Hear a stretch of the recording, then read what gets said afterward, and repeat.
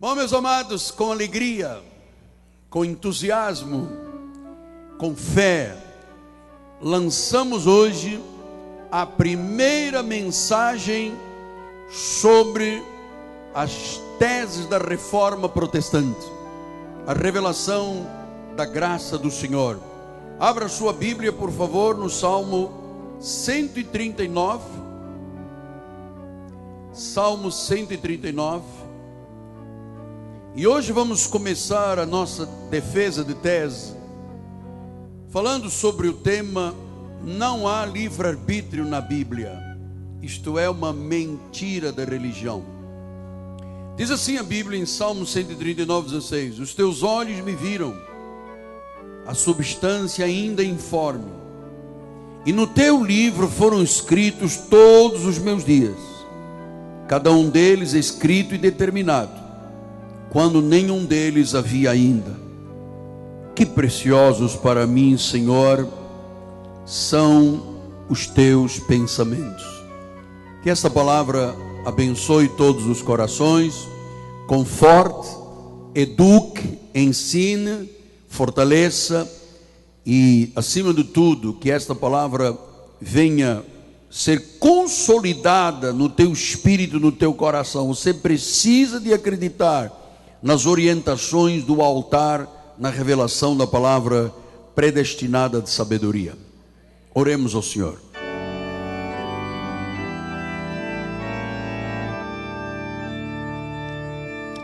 Senhor Jesus Cristo, o meu coração se enche de regozijo, de alegria, por poder estar neste altar, ó Deus, de poder ser língua de erudito para o povo do Senhor. Encha minha boca, Senhor, com as palavras que eu tenho que dizer à igreja a partir de hoje. Ajuda-me, Senhor, nestas 150 teses pró-reforma, em nome de Jesus, Pai. Eu quero instruir segundo Cristo.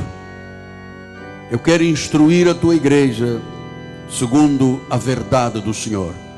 Temos agora 45 minutos, Deus, para que tu te derrames sobre nós com o espírito de sabedoria liberado em nosso coração. Oramos todos com fé e o povo de Deus diga amém. Amém. Muito obrigado, meu bispo amado. Meus amados e queridos irmãos, minha esposa amada, Bispo Roxana está assistindo, está participando com os nossos filhos, estão estudando para as provas. Todo o povo eleito, minha querida família, povo escolhido, predestinado, família de Deus. Que bom sermos família de Deus. Que bom nós podermos dizer que somos parte da família de Deus. Somos a noiva de Jesus. Aqueles são o selo do meu apostolado. Aqueles são cartas escritas pelo Deus vivente através deste ministério. Meus amados, meus filhinhos na fé. Hoje damos início à defesa das primeiras 150 teses pró-reforma, ou seja, a palavra predestinada de sabedoria, que faz parte da última reforma protestante. Os irmãos já têm conhecimento que nós fazemos parte da Dutch Reformed Church, da Igreja Reformada Alemã, no centro nevrálgico da reforma protestante, que começou em 1525 com Martinho Lutero, João Calvino, João Knox e os demais reformadores. E queremos conhecer com profundidade a Bíblia. Queremos viver o cristianismo legítimo. E eu já tenho começado durante esses últimos cultos, especialmente o da ceia, a falar um pouco sobre a soberania de Deus. Porque quando se estuda a não existência do livre-arbítrio, dizendo que isto é uma mentira da religião, há um choque nas emoções de grande parte das pessoas evangélicas. Porque elas estão habituadas a dizer que o homem tem livre-arbítrio e que Deus tem que se submeter ao homem. Isso é um ledo engano. E aquelas pessoas que ligam aqui para a igreja dizendo: eu tenho provas que tem livre-arbítrio na Bíblia, eu quero dizer que você não tem prova nenhuma. Porque sequer a palavra ou a expressão livre-arbítrio está na Bíblia. O que está na Bíblia é a soberania de Deus. Nós vamos começar a partir de hoje a conhecer um Deus absoluto, um Deus irresistível, um Deus infinito, incondicional, aquele que tem vontade própria sobre qualquer área da criação. Este tema é a Bíblia, e este tema é que é verdade, a soberania de Deus. Então a primeira coisa que você precisa entender é o que significa soberania. Para defendermos a não existência do livre-arbítrio, temos que saber primeiro o que significa soberano. Essa palavra soberano vem de 3 palavras gregas originais. Primeiro, dunaste. Dunaste quer dizer poder. Amado, creia numa coisa: Aparecida não tem nenhum poder, Maria não tem nenhum poder, Maomé não tem nenhum poder, Fátima não tem nenhum poder, nenhum Deus desta terra, os chamados deuses desta terra, tem qualquer poder. O único que é dunaste é Jesus. E a segunda palavra é déspotes, quer dizer autoridade suprema. E a terceira palavra é arcon, que quer dizer governante. Então, o único que governa com todo o poder e autoridade suprema é o Senhor Jesus Cristo. Você não deve crer no outro nome, porque não existe outro nome, disse o apóstolo São Paulo, pelo qual importa que sejamos salvos. Não existe outro nome. Então, Jesus viveu 33 anos nos dias da sua carne, foi condenado, derramou seu precioso sangue na cruz do Calvário, derrotou o inimigo, foi ao túmulo, ressuscitou vitoriosamente, faz com que a nossa vida seja uma vida bíblica e de Deus, e Ele não permite que o seu povo viva em lutas e dúvidas quanto à sua soberania. Não permite. Então, ouça, acredite nisto. Quem ordena todos os eventos ao longo do tempo e da eternidade é o Senhor Jesus Cristo. Ele é o Criador e Ele é o mantenedor de tudo. Ele é soberano.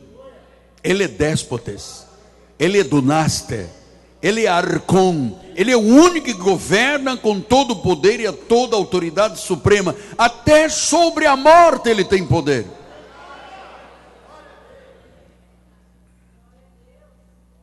Então, vamos começar este caminho desta reforma entendendo, por exemplo, Efésios 1:11.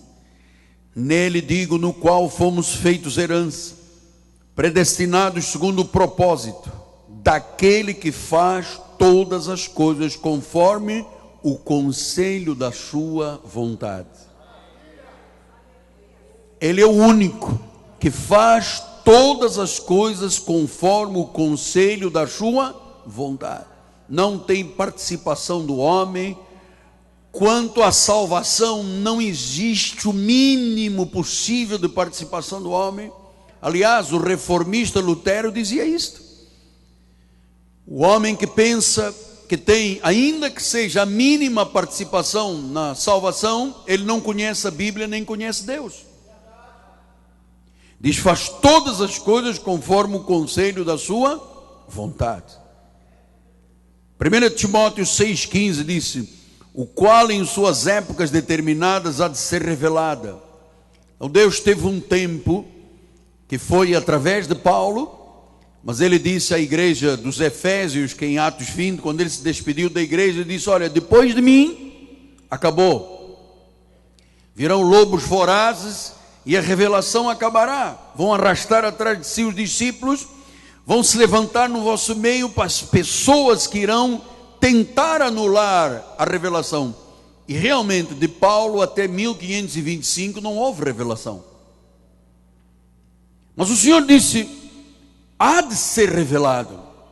Em 1525 Deus levantou um padre agostiniano e disse, iluminou-lhe os olhos do coração e disse: Lutero, olha o que a minha palavra diz. Lutero teve lutas homéricas, verdadeiras tempestades emocionais na sua busca a Deus, e ele começou a ver que o que a igreja romana dizia não era o que a Bíblia dizia. Que a Bíblia condena a idolatria, a igreja romana vivia de idolatria. Que a igreja romana crê na infalibilidade de um homem, e a Bíblia diz que o único que é infalível é Jesus Cristo. Que a igreja romana idolatrava Maria como rainha dos céus, e sequer ela poderia ser rainha quando ela diz meu Senhor e meu Salvador, reconhecendo Jesus como Deus. Então Martinho Lutero se insurge, e lá em Augsburg, na Alemanha, na sua catedral, ele prega 95 teses, que seriam o estouro da igreja romana e o início da igreja protestante no mundo. Mas a verdade é que com o passar dos anos essa revelação desapareceu. Existem duas linhas de conduta em termos de mensagem. Existem os que creem na graça, que mormente são chamados de presbiterianos ou calvinistas. E existem a lei, ou existe a lei, que são as igrejas tradicionais, chamados armenianistas. Quem são os armenianistas? São os discípulos de Jacobo, os armênios, que foi um homem da reforma, mas que se voltou contra a reforma. E então, a partir dele, nascem as igrejas da lei, vivendo debaixo de condenação e morte, pregando doutrinas que não estão na Bíblia, como por exemplo, livre-arbítrio. Se você tiver a coragem, se você tiver uma Bíblia online, pesquise lá onde tem livre-arbítrio. Não está na Bíblia. Mas por que se defende isto? Porque isto se conhece por revelação. Diz que haverá um tempo em que será revelada pelo bendito e único soberano, o Rei de Reis e Senhor de Senhores. Quer dizer que o próprio Deus se encarregou de revelar a Paulo, se encarregou de revelar aos primeiros reformistas, e para a glória de Deus lhe digo isto: esta mudança de vida no Brasil começou através da minha vida. Em 1986, um dia eu preguei sobre salvo uma vez, salvo para sempre, e nego caiu em cima de mim. E comecei a dizer que eu não encontrava na Bíblia a expressão livre-arbítrio, eu encontrava soberania. E nego caiu em cima de mim. Ninguém até então falava em predestinação ou abençoado. Ninguém falava disso. Hoje até a igreja romana, os seus padres dizem: oh, você é um abençoado, nasceu deste altar, nasceu das teses da reforma protestante com uma leitura atualizada. Porque nem as institutas de Calvino, nem as expressões de Martinho Lutero chegaram ao conhecimento que nós hoje conhecemos, porque isto é revelação que Deus faz crescer. Diz que é o único, diz que é o único soberano. Quer dizer que o único que existe, que tem poder, que governa, que é déspotas, que é arcon, que tem a capacidade de fazer todas as coisas conforme o conselho da sua vontade, é Jesus. Olha, se você acreditar desta forma, você vai ter paz para o resto da vida. Se você acreditar na lei, você estará debaixo de condenação e de morte. Romanos, agora você vai conhecer um pouco dos atributos deste Deus maravilhoso e soberano. Primeiro, a sua onisciência, Romanos 11:36, porque dele, por meio dele e para ele. Amado, ele é onipotente. Dele, por meio dele e para ele são todas as coisas. A ele, pois, a glória eternamente. Aqui não entra a mão do homem. Diz que é por ele, porque ele é dele e para ele. Ele é onipotente, mas ele é onisciente. Provérbios 15:3 diz: os olhos do Senhor estão em todo lugar. Todo lugar. Estão aqui, estão na China, estão na Europa, estão em África, estão em todo lugar. Ele é onisciente, ele sabe de tudo. Ele conhece até os sentimentos do nosso coração, amado. Ele conhece até quantos fios de cabelo estão na nossa cabeça. Ele conhece até a cor original do teu cabelo. Diz que os olhos dele estão em todo lugar. Ele é onisciente, mas ele é onipresente, ele está em todo lugar. Salmo 139:7. Para onde eu me ausentarei do teu espírito? Para onde eu fugirei da tua face? Se eu subo aos céus, lá estás. Se faço a minha cama no mais profundo abismo, lá estás também. Se tomo as asas da alvorada e me detenho nos confins dos mares, ainda lá me haverá de guiar a tua mão e a tua destra me susterá. Se eu digo, as trevas com efeito me encobrirão, a luz ao redor de mim se fará noite, até as próprias trevas não te serão escuras. As trevas e a luz são a mesma coisa. Ele é onipotente, ele é onisciente, ele é onipresente. Ele é o que salva. Olha lá Paulo explicando à igreja. Vamos ler juntos, com entusiasmo, com alegria. Vamos lá. Porque pela graça sois salvos, mediante a fé. Isto não vem de vós, isto não vem de vós. Como você pode achar que o homem tem livre-arbítrio? Mas eu não sou uma marionete, Deus tem que me respeitar. Não diga isso outra vez, amado. Não diga isso outra vez, que Deus tem que te respeitar. Você é que tem que respeitar a Deus. Não estamos tratando aqui com um ídolo morto. Estamos tratando do único Deus vivo. Você sabe que Maomé nunca disse que era Deus, ou que foi Deus? Nunca. Ele disse que era um profeta. Então, o Senhor está dizendo, pela graça sois salvos, mediante a fé. Isto não vem de vós. Não pode o ser humano pensar que vem dele o que Deus disse. Não vem de vós. É uma dádiva, é um carisma, é um dom de Deus. É Ele que salva. Ele que julga. Romanos 2,16. No dia em que Deus, por meio de Cristo Jesus, julgar os segredos dos homens, de conformidade com o meu evangelho. Quem julga todas as coisas é Deus, não somos nós. Não somos nós que julgamos, Ele julga. Ele tem o domínio sobre tudo. Daniel 4, 25 e 35. Será expulso dentre os homens, a tua morada será como os animais do campo, dar-te-ão a comer ervas como os bois, serás molhado do orvalho do céu, passar-se-ão 7 tempos por cima de ti, até que conheças que o Altíssimo tem domínio sobre o reino dos homens e o que dá a quem quer. Uau! Ele tem domínio. Amado, tenha paz e segurança que quem tem domínio sobre a sua vida não é o governo de Brasília, é o Senhor Jesus Cristo. É o Senhor Jesus Cristo, Ele tem domínio. Todos os moradores da terra são por Ele reputados em nada. Nada, o ser humano é nada. E segundo a sua vontade, sua soberania, Ele opera com o exército do céu e os moradores da terra. Não há quem possa deter a mão, nem lhe dizer que fazes. Ninguém pode deter Deus. Ele começou a boa obra, Ele vai terminar a obra. Agindo Deus, quem o impedirá? Quem o impedirá? Ele é soberano.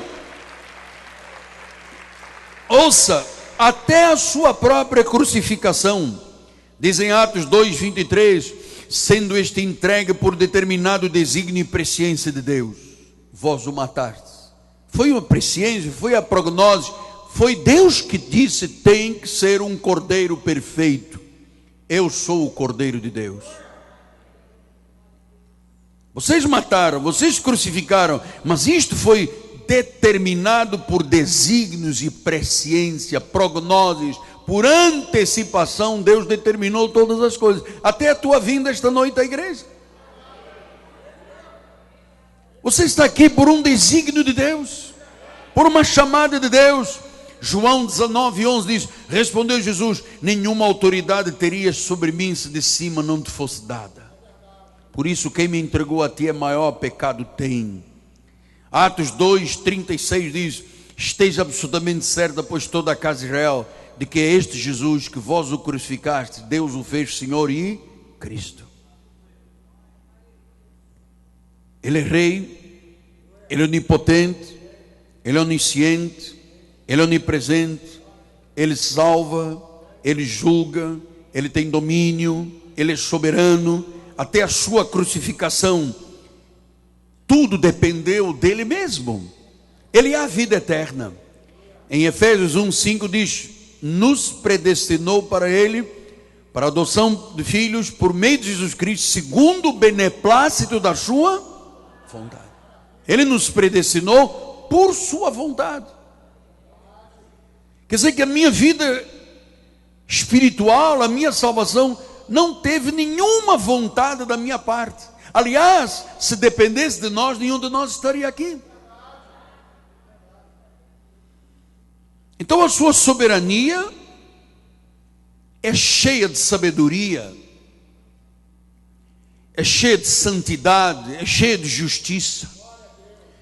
Por isso, com a autoridade apostólica e profética de Paulo, livre-arbítrio contraria todas as afirmações bíblicas da soberania de Deus. Todas. Então, amado, não há nada neste livro chamado Bíblia Sagrada sobre livre-arbítrio. Livre-arbítrio é um mito. Livre-arbítrio é uma mentira de Satanás. Livre-arbítrio foi cunhado pela apologia cristã para explicar que o homem é maior do que Deus. Eu vou usar uma expressão tradicional nossa: ridículo. O livre-arbítrio foi cunhado para isto, para dizer que o homem é maior do que Deus. E claro que isto é ridículo, porque Jó 14:5 diz: visto que os seus dias estão contados, contigo está o número dos seus meses. Tu ao homem puseste limites, além dos quais não passará. Você está percebendo quem é o Deus que nós servimos? Não é um deusinho. Ele é soberano. Ele diz que ele põe limites. Não é o homem que diz, é Deus que determina. Então diz que tu puseste limites e não passará. O que Deus escreveu, os nomes no livro da vida, que é outro assunto que vamos discutir depois, os dias. No início lemos que todos os nossos dias estão contados. E que você viva os seus dias da melhor forma possível nesta terra, crendo de forma correta. Olha aí outra expressão, Atos 13:48 diz assim: os gentios ouvindo isto regozijavam-se e glorificavam a palavra do Senhor e creram. Quem? Todos os que haviam sido destinados para a vida eterna. Quer dizer que aquelas pessoas que Deus predestinou para a vida eterna, elas têm que crer. A Bíblia chama de ovelhas. As minhas ovelhas ouvem a minha voz. E Jesus disse: vós não credes, porque não sois minhas ovelhas. As minhas ovelhas ouvem, me seguem, eu lhes dou a vida eterna, jamais perecerão, e ninguém as arrebatará da minha mão. Ou seja, uma vez ovelha, ovelha para sempre. Uma vez de Cristo para sempre. Uma vez salvo, salvo para sempre. Romanos 8, 29 e 30, estamos insistindo na questão da soberania. mostrando que o livre-arbítrio tenta qualificar o homem como Deus e Deus como homem. Olha como é que diz Romanos 8: porque aos que de antemão conheceu, também os predestinou para serem conformes à imagem de seu Filho, a fim de que ele seja o primogênito entre muitos irmãos. Agora veja a obra perfeita, olha só, porque nós vamos ter que estudar muito sobre a predestinação. E aos que predestinou, a esses também chamou. Aos que chamou, justificou, e aos que justificou, quer dizer, a obra soberana, quem a faz é Deus. Agora leia ao contrário: a quem Deus glorificou é porque Ele justificou. O justificado tem que ser chamado, e o chamado só é chamado porque Ele predestinou. A obra está completa. Por que crer contrário ao que Deus diz? É uma loucura. Romanos 9,16 diz assim: pois não depende de quem quer ou de quem corre, mas de usar Deus a sua misericórdia. Quer dizer que não dependeu de mim nem de você, foi Deus que quis ser misericordioso. Ele nos escolheu, chamou, justificou, glorificou. E se estamos aqui, amados, estamos por causa da sua soberania. Olha, uma pessoa que é crente, chamada, justificada e glorificada, ela jamais pode virar as costas a Deus. Impossível.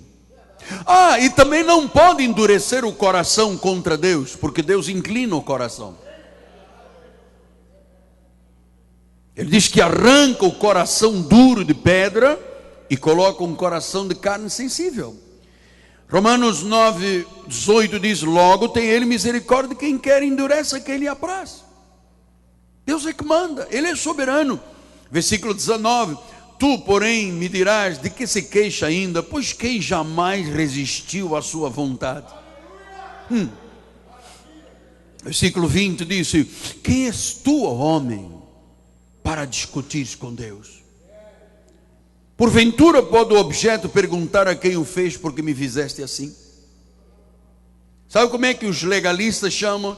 Quem és tu, ó Deus, para discutir comigo? Romanos 11:2 disse: Deus não rejeitou o seu povo, a quem de antemão conheceu. Ou não sabeis que a Escritura se refere a respeito de Elias como insta perante Deus contra Israel? Diz que ele de antemão conheceu. Quer dizer que a vida espiritual, meus amados, não é um fato que eu um dia... eu era católico, então um dia numa madrugada eu tinha comido um hambúrguer estragado, acordei mal disposto e disse: hoje eu vou à igreja. Não existe isso aqui. Diz a Bíblia que Ele nos conheceu de antemão. Por que de antemão? Porque a nossa verdadeira identidade é espírito. Nós somos um espírito que habita num corpo revestido de carne, sangue, ossos, pele e tendões. Este corpo, este carrapacho, como dizem os argentinos, este carrapacho onde vive este corpo, este espírito, um dia se virará pó. Mas a Bíblia diz que ainda que morra, viverá o espírito. Então a nossa verdadeira identidade é: somos um espírito com uma medida angelical. Somos como anjos, só que nós somos revestidos de carne. E existem anjos que não são revestidos de carne. São os anjos, das míriades de anjos que guardam o povo, que agem a nosso favor.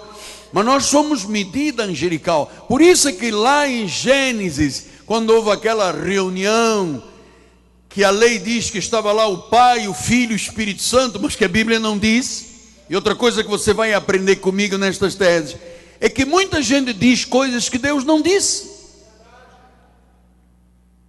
Por exemplo, quando em Gênesis 1:26, quando Deus disse: façamos o homem à nossa imagem e semelhança. A tradição diz: não, estava ali o Pai, o Filho e o Espírito Santo. Mas a Bíblia diz que estava? Não.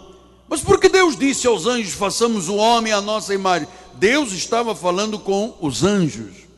E disse: anjos, nós vamos criar o homem à nossa imagem, à nossa semelhança. Quer dizer que nós temos a imagem de Deus e a semelhança de Deus e a imagem de um anjo.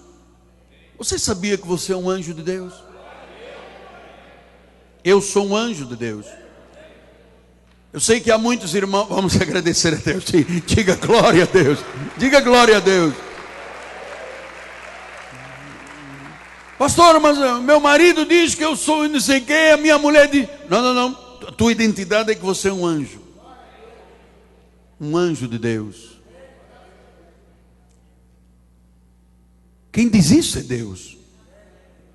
E você sabe uma coisa, quando Deus diz que eu sou uma medida angelical, eu respeito, eu digo, amém, Senhor, eu sou.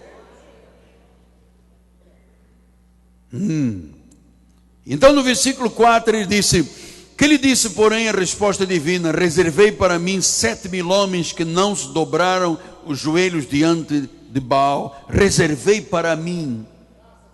Quem está falando isto é o soberano Deus. Você sabe que Deus te reservou nesta terra, porque a salvação é individual. Deus não salva grupos, famílias, monte de gente, é um por um. Você e Deus. Você foi criado para ser dele. Você não foi criado para ser do demônio, do diabo, do inferno. Você foi criado para ser dele. E uma vez dele, você será dele eternamente. Você é uma ovelha, é verdade que todos nós nascemos ovelhas. Alguns tiveram atitudes de lobo. Mas nós temos aqui gente com experiências tremendas. De macumba, de espiritismo, de ocultismo, mesa branca, mesa preta, 3 pés, 7 pés, cemitério. Olha, nós temos gente nesta igreja que tinha atitudes de lobo. Mas lá dentro era uma ovelha. No dia em que ouviram a palavra da verdade, tiveram que vir, porque quem atrai é Deus, quem chama é Deus. E o chamado dele é irresistível. Você pode botar um pé atrás, 2, 4, 10, 20, no dia em que Deus disse, é hoje, você vem. Alguns vêm por amor, outros vêm pela dor, mas tem que vir. Se é ovelha, tem que vir. Então Efésios 2:10, o que diz? Somos feitura de quem? Dele. Diga, eu fui feito por ele. Eu fui criado por ele. Em Cristo Jesus, para quê? Para andarmos aí sofrendo, apanhando desta terra. Para boas obras, as quais Deus de antemão preparou. Veja, tudo está perfeitamente, friamente calculado. Amado, se você segue a palavra da graça, você tem segurança e tem paz. Até as obras boas ele já preparou de antemão. Isso chama soberania de Deus. 2 de Timóteo 9. Ele nos salvou e nos chamou e nos deu uma santa vocação, não segundo as nossas obras. Quer dizer que não fui eu, apóstolo. Mas vovó orou por mim. Graças a Deus que vovó orou por você. Não, meu genro só está na igreja porque o meu joelho... Não. Seu genro só está na igreja, não foi o teu joelho, não. Não rouba a glória de Deus. Seu genro está na igreja porque Deus o amou. Ele é uma ovelha, ele no tempo de Deus veio. Se você é o instrumento para o teu genro vir, glória a Deus. Mas quem o trouxe não foi você. Você não tinha força para trazer o seu genro. Mas o meu marido, eu fiquei noites de vigília. Infelizmente você deixou de dormir. Porque, amado, teu marido viria porque Deus é soberano sobre a vida do teu marido. Pastor, o senhor nesta igreja só dá força para Deus e não dá força para o diabo? Amado, deixa-me dizer-lhe uma coisa definitiva. Eu não tenho parte com o diabo nesta terra. A minha parte é com Jesus e eternamente, amado. Aliás, um dia disseram a Jesus: lá vem o príncipe desta terra. E Jesus disse: eu não tenho parte com ele.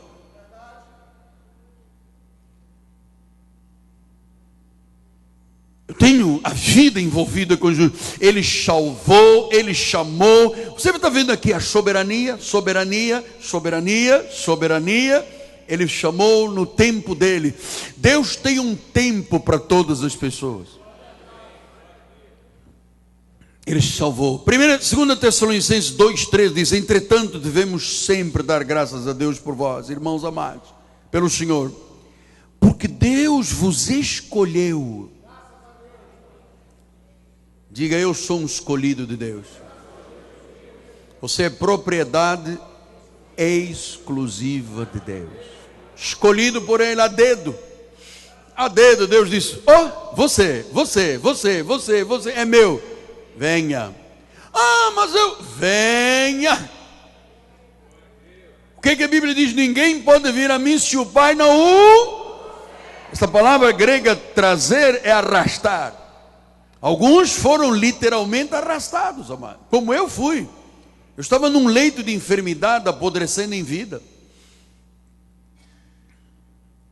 O senhor padre que ia na minha cama, a única coisa que ele fazia era jogar cartas. E de vez em quando saía do CTI para fumar. Se tivesse selfie naquela época, ele ficava com um biquinho, fazendo selfie. Nunca me falou de Jesus. Nunca me disse da soberania de Deus. Sabe o que ele dizia? Conforme-se, jovem, aceite os desígnios. Se Deus quer que você fique nessa cama aí o resto da vida, aceite. E eu dizia: está amarrado, demônio. Quer dizer que Jesus morreu, ressuscitou, derramou sangue, completou a obra para eu ficar numa cama. Ele nos escolheu desde o princípio, veja, desde lá antes da fundação do mundo. Desde o princípio Ele nos escolheu para quê?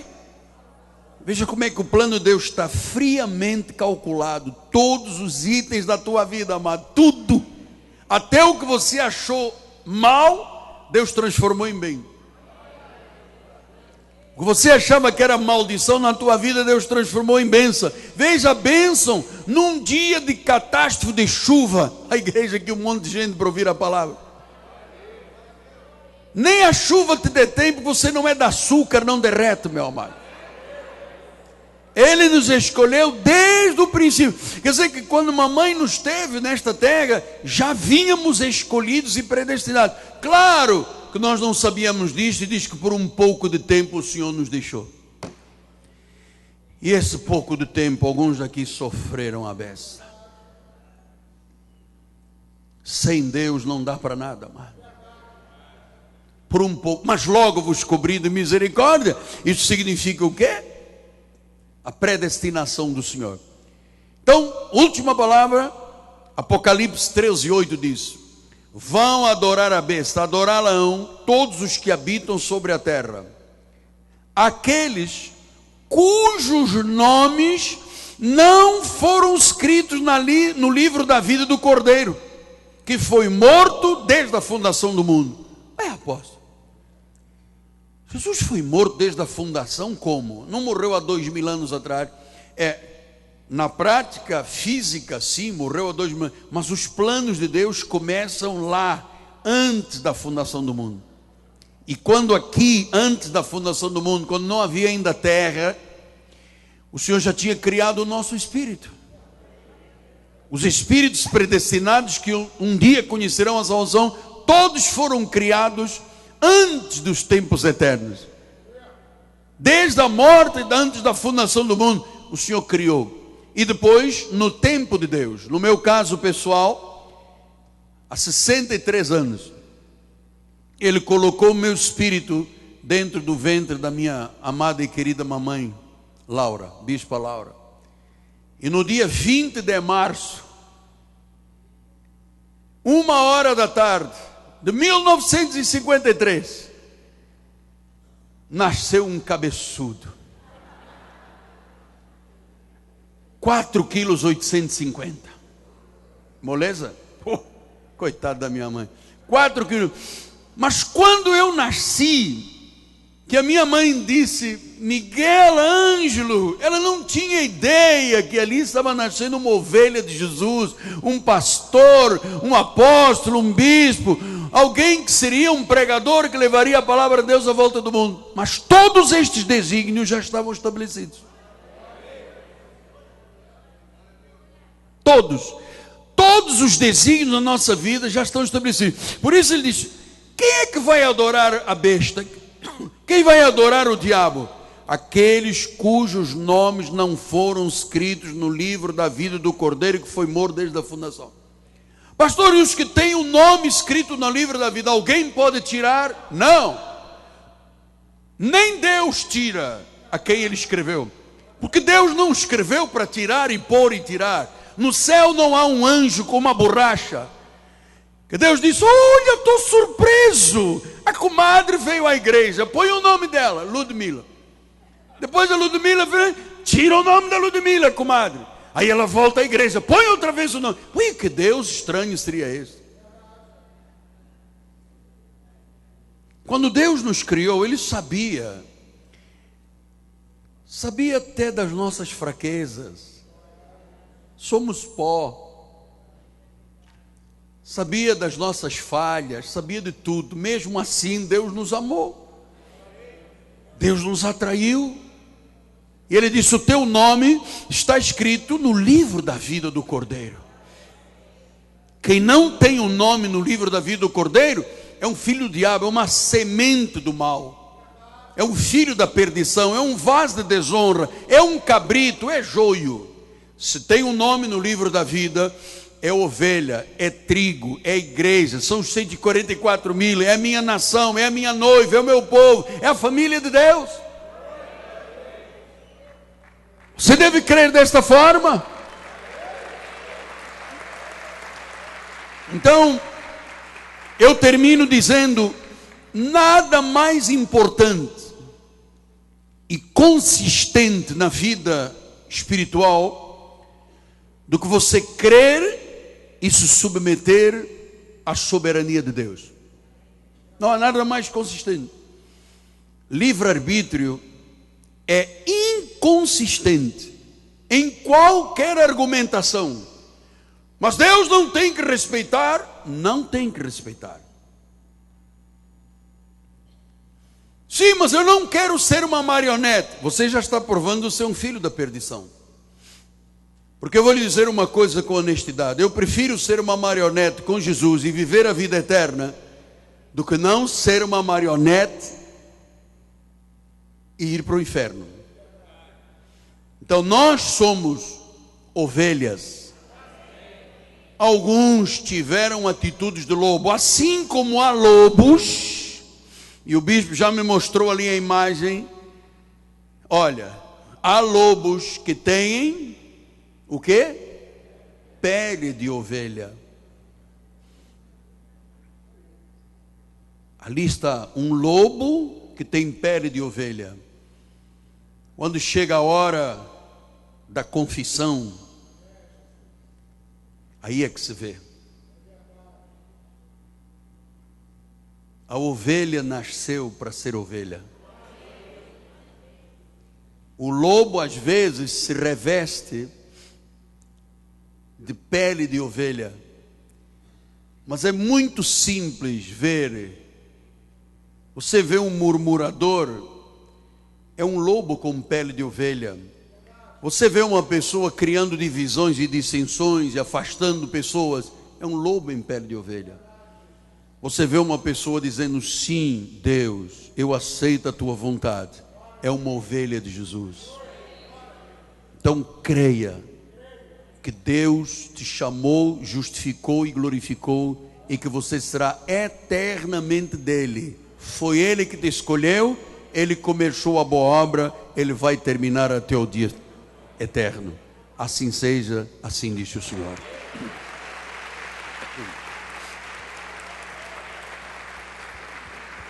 Glória a Deus. Curva a sua cabeça. Senhor Jesus, humildemente nos curvamos diante do Senhor. Reconhecemos a tua soberania. Não queremos tocar na tua glória. Tu começaste a boa obra, tu vais terminar. Em o nome de Jesus Cristo. Estamos debaixo do Senhor das tuas asas, da tua proteção. Mal nenhum nos sucederá. Não cairemos nunca no laço do passarinheiro. Nós habitamos no esconderijo do Altíssimo. descansamos à sombra do Onipotente, dizemos ao Senhor: meu refúgio, meu baluarte, Deus meu, em quem eu confio. Em o nome de Jesus Cristo, Pai. Amém, amém e amém. Graças a Deus. Você quer dar um aplauso ao Senhor? Ele é soberano. Vamos ficar de pé. Bispo Sérgio vai dar a bênção final. Os irmãos que vão continuar na reunião ministerial podem permanecer no santuário. Graças a Deus. Tendo suas mãos para o altar. Soberano Senhor Jesus Cristo, Deus único, vivo e verdadeiro, te damos graças por esta noite, pela palavra de conhecimento e sabedoria que edificou as nossas vidas, porque aqui estamos, Pai, num seminário, casa sobre a rocha. Aqui estamos edificando bem as nossas vidas, a nossa família, Pai, para que quando o vento soprar ou a chuva cair, permaneçamos inabaláveis. E que tua graça maravilhosa, o amor de Deus, as doces consolações do teu Espírito sejam presentes hoje e para sempre na vida daqueles que são obedientes, porque foram salvos pelo Senhor. E o povo da fé, o povo que serve a este Deus soberano, diga amém e amém. Graça e paz.